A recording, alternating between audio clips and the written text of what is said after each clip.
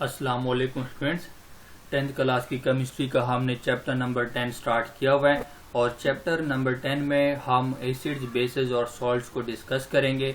हम देखेंगे कि एसिड्स, बेसेस और सॉल्ट्स क्या होते हैं। पिछले लेक्चर में हमने इंट्रोडक्शन में देख लिया था। आज इसी चैप्टर का लेक्चर नंबर 2 है जिसमें हम कॉन्सेप्ट देखेंगे। किस चीज़ के कॉन्सेप्ट को हम समझेंगे? एसिड्स को समझेंगे कि ये एसिड्स क्या होते हैं और बेस को समझेंगे कि ये बेसिस क्या होती हैं। हमें कैसे पता चलेगा कि कौन सी चीज़ एसिड्स है और कौन सी चीज़ बेस है। तो हम यहाँ पे बीच में लाइन लगा देते हैं। हम कुछ फिजिकल कैरेक्टरिस्टिक्स से आज इसको पहचान लेते हैं कि जी एसिड्स क्या होते हैं और बेसिस क्या होती हैं। एसिड्स हैं और हमारे पास क्या है, बेसिस हैं। ये दो ग्रुप हैं जिसको आज हम देखेंगे। तो एसिड्स और बेसिस का फर्स्ट जो हमारे पास है आइडेंटिफिकेशन है, वो हम टेस्ट के जरिए इसको आइडेंटिफाई कर सकते हैं। टेस्ट के जरिए आइडेंटिफाई कर सकते हैं। एसिड जितनी भी होती है इनका टेस्ट क्या होता है, सोर टेस्ट होता है। इनका टेस्ट खट्टा होता है। मिसाल के तौर पर आप अगर अनराइप सिट्रस फ्रूट्स ले लेते हैं, सिट्रस फ्रूट्स हैं, इनका जायका क्या होता है, खट्टा होता है। इस वजह से हम इसको क्या कहते हैं, एसिड्स कहते हैं। और इसमें एग्जांपल्स के तौर पर हम क्या ले सकते हैं, लेमन जूस वगैरह हमारे पास है। तो जब आप इसको पियेंगे तो आप कैसा फील करेंगे, इसका जायका आप खट्टा फील करेंगे। इस वजह से हम इसको क्या कहेंगे, इनके अंदर एसिड्स मौजूद है। और कौन सा एसिड मौजूद होता है, सिट्रिक एसिड इनके अंदर मौजूद होता है। सिट्रिक एसिड मौजूद होता है। इसी तरह जब हम बेस की बात करते हैं तो बेस का क्या हमारे पास टेस्ट होगा। बेस की जब हम टेस्ट की बात करते हैं तो बेस का जो टेस्ट हमारे पास होता है वो बिटर टेस्ट होता है, मतलब कड़वा जायका होता है। इसका बिटर टेस्ट है, कड़वा जायका है इसका। और इसके अलावा ये स्लीपरी फील करते हैं। जब आप इसको टच करते हैं तो आप देखेंगे कि आपका हाथ इसके ऊपर फिसलेगा।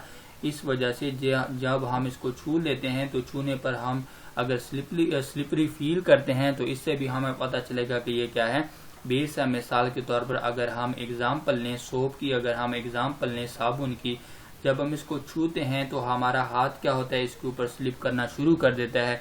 तो स्लिपरी या फिर बिटर टेस्ट हो, ये हमें बताएगा कि ये बेस है। और अगर उसका जायका सोर हो, खट्टा जायका हो, तो वो हमें बताएगा एसिड है। यहाँ पे एक बात मैं बताता चलूं कि जब टेस्ट की बात की जाती है तो कभी भी ये बेवकूफ़ी नहीं करनी कि लैब में आप जाएं और आपसे कोई पूछे कि बताओ ये केमिकल कंपाउंड एसिड है या बेस है, आप फौरन उसको पीना शुरू कर दें और पता लगाएंगे कि जी कि अगर इसका जायका सोर हुआ, खट्टा हुआ तो ये क्या होगा, एसिड होगा।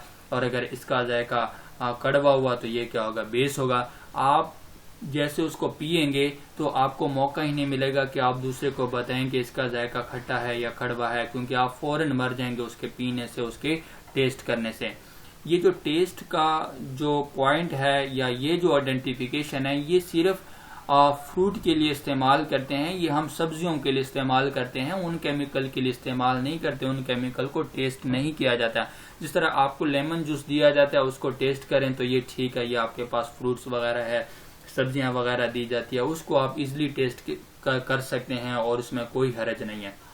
लेकिन ये टेस्ट आप हर जगह पे अप्लाई नहीं करेंगे कि जी आप पता लगाएं कि अगर इसका जायका कड़वा हुआ तो एसिड है, कड़वा हुआ तो बेस है, और अगर खट्टा जायका हुआ तो ये एसिड है। ये बिल्कुल गलत है। ये सिर्फ आप टेस्ट कहाँ पे इस्तेमाल करेंगे, ये आप रूल कहाँ पे इस्तेमाल करेंगे, सिर्फ फ्रूट्स के लिए और सब्जियों के लिए।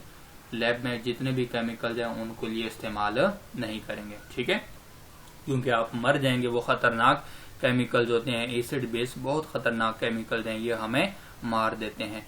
इसके बाद अगर हम दूसरा पॉइंट देखते हैं तो दूसरा पॉइंट हमारे पास क्या है, वो लिटमस पेपर है।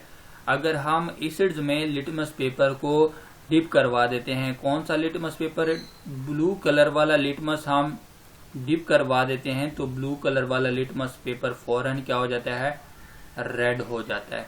और अगर रेड वाला डिप करेंगे तो रेड वाला रेड ही रहेगा, इस पे कोई फर्क नहीं पड़ेगा, क्योंकि रेड पहले भी रेड था और एसिड के अंदर भी जाके उसने रेड ही होना है, तो उसका कलर चेंज नहीं होगा। लेकिन अगर आपने ब्लू लिटमस पेपर लिया हुआ है और उसको आप एसिड में डिप करते हैं तो उसका कलर फौरन क्या हो जाएगा, रेड हो जाएगा। ये रेड कलर आइडेंटिफाई करेगा कि अब आपके पास क्या है, ये एसिड है। ये आइडेंटिफिकेशन पॉइंट है। अब आप सिंपली जो मैंने आपको बताया कि लैब में केमिकल है उसको आप टेस्ट नहीं करेंगे। अब आप जितने भी केमिकल्स हैं, चाहे उसको आप एसिड्स का पता लगाना चाहते हैं या बेस का, तो ये लिटमस वाला टेस्ट आप हर एक के लिए कर सकते हैं। इससे आपको कोई नुकसान नहीं पहुंचेगा। अगर आपसे कोई पूछे लैब में कि ये केमिकल कौन सा है, ये एसिड है या बेस है, तो आप इसको किससे पता लगा सकते हैं, लिटमस पेपर से पता लगा सकते हैं। लेकिन ये टेस्ट वाला काम कभी भी नहीं करेंगे। ये करेंगे तो बेवकूफ़ी का काम करेंगे, फौरन आप मर जाएंगे। ठीक है। अच्छा, उसके बाद आ जाए, यही जो लिटमस वाला अगर हम पॉइंट लिख देते हैं किसके लिए, बेस के लिए, तो बेस में क्या होता है हमारे पास, जब हम रेड लिटमस पेपर डिप करवाते हैं तो रेड लिटमस पेपर फौरन किस में बदल जाता है, ये ब्लू कलर में बदल जाता है। अब ब्लू कलर क्या इंडिकेट करता है, ब्लू कलर हमें बताता है कि ये क्या है, बेस है। मैंने पिछले लेक्चर में भी बताया था कि लिटमस पेपर के कलर अगर आप याद करना चाहते हैं एसिड्स के लिए और बेस के लिए, तो बी से आप क्या लेंगे, ब्लू कलर लेंगे बेस का, और रेड का जो एसिड है, एसिड्स में जो डी हमारे पास मौजूद है, ये आप क्या ले लेंगे, ये आप रेड के लिए ले लेंगे। रेड में देखो डी मौजूद होता है, तो ये किसके लिए हो जाएगा, एसिड्स के लिए। और बेस और ब्लू का क्या मुश्तरका है, बी मुश्तरका है, तो आप इसको इससे याद रखेंगे। तो जब आप रेड लिटमस पेपर को आप डिप करवाते हैं किसी ऐसे सॉल्यूशन में जिसमें फौरन रेड लिटमस पेपर का कलर फौरन चेंज होकर ब्लू हो जाता है, तो आपको पता चल जाएगा कि ये क्या है, ये आपके पास कंपाउंड जो है या चीज है, ये आपके पास बेसिक नेचर का है। और अगर आप इसके अंदर ब्लू लिटमस पेपर को डिप करवाते हैं तो इसका कलर ब्लू ही रहेगा, ये चेंज नहीं होगा, क्योंकि ये पहले भी ब्लू था और बेस में भी जाके इसने क्या होना था, ब्लू ही होना था। तो इस वजह से बेस के अंदर जाके इसका कलर चेंज नहीं होगा। रेड का कलर चेंज होगा ब्लू में, लेकिन ब्लू का कलर जाके चेंज नहीं होगा, ये ब्लू ही रहेगा। ये आइडेंटिफिकेशन पॉइंट है। आप किसी भी एसिड्स और बेस को इस तरीके से आइडेंटिफाई कर सकते हैं इस लिटमस टेस्ट के जरिए। अच्छा, उसके बाद अगर हम थर्ड पॉइंट की बात करें तो थर्ड पॉइंट में हम क्या देखते हैं, थर्ड पॉइंट में हम यहाँ पे देख लेते हैं, पॉइंट नंबर 3 में हम देख लेते हैं इनकी नेचर की कि ये क्या होते हैं। जो एसिड्स होते हैं ये नेचर में कोरोसिव होते हैं। आप जब इसको कंसंट्रेटेड फॉर्म में लेते हैं तो ये क्या होते हैं, कोरोसिव होते हैं। कोरोसिव का मतलब क्या होता है, बिगाड़ देना, खराब कर देना, जला देना। जब आप इसी एसिड्स को किसी चीज के ऊपर डाल देते हैं या फेंक देते हैं, ये इसको बिगाड़ देते हैं, इसको खराब कर देते हैं, इसको तबाह बर्बाद कर देते हैं, जला देते हैं इसको। कोरोसिव का मतलब जला देने वाला। अगर आपकी इंसान की बॉडी के ऊपर गिर जाते हैं या फिर कोई भी जानदार हो, जमीन हो, तो इसमें दरार वगैरह ये पैदा कर देते हैं, ये खतरनाक होते हैं। तो इनकी नेचर क्या होती है, कोरोसिव होती है। बहुत एहतियात से इनके साथ काम करना पड़ता है और बहुत मोहतात होकर इसको इस्तेमाल करना पड़ता है एसिड्स को। अब इसी तरह जब हम बेस की बात करते हैं तो बेस हमारे पास क्या होते हैं, बेस हमारे पास नॉन कोरोसिव होते हैं। ये नॉन कोरोसिव होते हैं। नॉन कोरोसिव से मुराद ये कि इतना ज्यादा नुकसान नहीं पहुंचाते, इसको अगर हम इस्तेमाल करते हैं तो ये हमें इतना ज्यादा नुकसान नहीं पहुंचाते, ये इनकी जलाने की प्रॉपर्टी नहीं होती, ये टिश्यूज को, बॉडी को नुकसान नहीं पहुंचाते। और अगर हम एक्सेप्शन में देखें तो इसमें एक्सेप्शन मौजूद है। वो एक्सेप्शन हमारे पास क्या है, एक्सेप्शन में अगर आप देखें तो एक्सेप्शन में है कि जब आप एक्सेप्शन में देखते हैं तो कंसंट्रेटेड, अगर आप NaOH ले लेते हैं और अगर आप कंसंट्रेटेड KOH ले लेते हैं, पोटाशियम हाइड्रोक्साइड, ये दोनों बेस हैं, ये दोनों कंसंट्रेटेड जब आप लेंगे तो ये क्या होते हैं, कोरोसिव होते हैं। ये कोरोसिव होते हैं। इन दोनों से मोहतात रहना है। इनकी नेचर क्या होती है, कोरोसिव होती है, और बाकियों की नेचर नॉन कोरोसिव होती है। वो नुकसान इतना नहीं पहुंचाते। लेकिन अगर आप कंसंट्रेटेड NaOH ले लेते हैं, कंसंट्रेटेड पोटाशियम हाइड्रोक्साइड लेते हैं, तो ये नुकसान पहुंचाते हैं।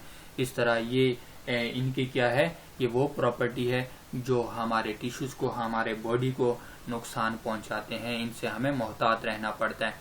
अगर हम नेक्स्ट अगर देखें तो प्रॉपर्टी नंबर 4 में हम आ जाते हैं। एसिड्स को अगर हम देखें तो एसिड्स का जब हम कोई एक्वस सॉल्यूशन लेते हैं, हम एसिड्स का एक्वस सॉल्यूशन लेते हैं तो इनका एक्वस सॉल्यूशंस कंडक्टर होता है ये इलेक्ट्रिसिटी को कंडक्ट करता है, करंट को कंडक्ट करता है, कंडक्ट इलेक्ट्रिक करंट। अब वजह क्या है वो मैं बता देता हूं। इसी तरह अगर हम बेस का भी एक्वस सॉल्यूशन लेते हैं तो ये भी कंडक्ट करता है इलेक्ट्रिक करंट को। ये दोनों इलेक्ट्रिक करंट को एक्वस सॉल्यूशन में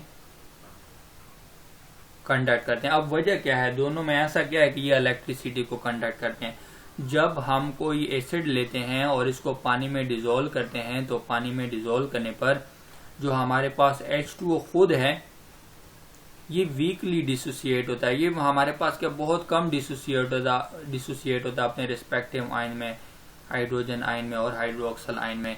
इस वजह से प्योर जो वाटर हमारे पास होता है इसकी कंडक्टिविटी नेग्लिजिबल होती है। हम कहेंगे कि प्योर वाटर हमारे पास इलेक्ट्रिसिटी को कंडक्ट नहीं करता, बहुत कम कंडक्ट करता है, ये वीक कंडक्टर्स कहलाता है। लेकिन जब इसी वाटर में अगर हम कोई एसिड्स वगैरह डाल देते हैं, HCl डाल देते हैं पानी में, तो पानी में ये जाके फौरन डिसोसिएट हो जाता है और ये पानी में आयंस बढ़ा देते हैं। तो एसिड जाके पानी में आयंस बढ़ा देते हैं और आयंस बढ़ने की वजह से लाजमी बात है इलेक्ट्रिक करंट डिपेंड ही किस पे करता है, ये आयंस पे डिपेंड करता है। आयन जितने ज्यादा होंगे कंडक्टिविटी ज्यादा होगी, आयन जितने कम होंगे कंडक्टिविटी उतनी ही कम होगी। प्योर वाटर आयन में बहुत कम टूटता है, इसकी आयनाइजेशन पावर बहुत कम है।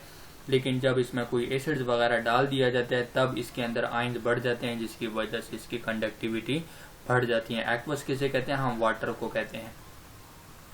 ऐसा सोल्यूशन जिसमें सॉल्वेंट आपके पास क्या हो, वाटर हो, उसको हम एक्वस सॉल्यूशंस कहते हैं। इसी तरह अगर आप किसी बेस को ले लेते हैं तो ये बेस भी जाके अपने रिस्पेक्टिव आयन में डिसोसिएट हो जाते हैं पानी में। सोडियम आयन और हाइड्रोक्सिल आयन ये भी पानी में आयन इंक्रीज करवा देते हैं, इस वजह से ये भी कंडक्टिविटी बढ़ा देते हैं। ये भी इनका सोल्यूशन भी कंडक्टर कहलाता है, इलेक्ट्रिसिटी को कंडक्ट करता है।